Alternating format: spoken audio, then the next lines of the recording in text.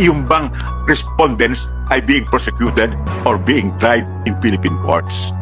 That should be the context of complementarity.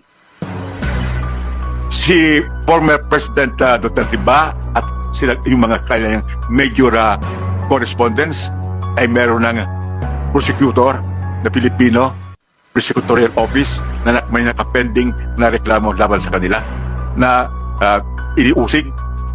As far as the former president is concerned, Your Honor, wala pa po dahil wala pong nagpa-file ng complaint against him. Nung time na siya ay presidente, that's understandable dahil siya po ay may immunity from suit.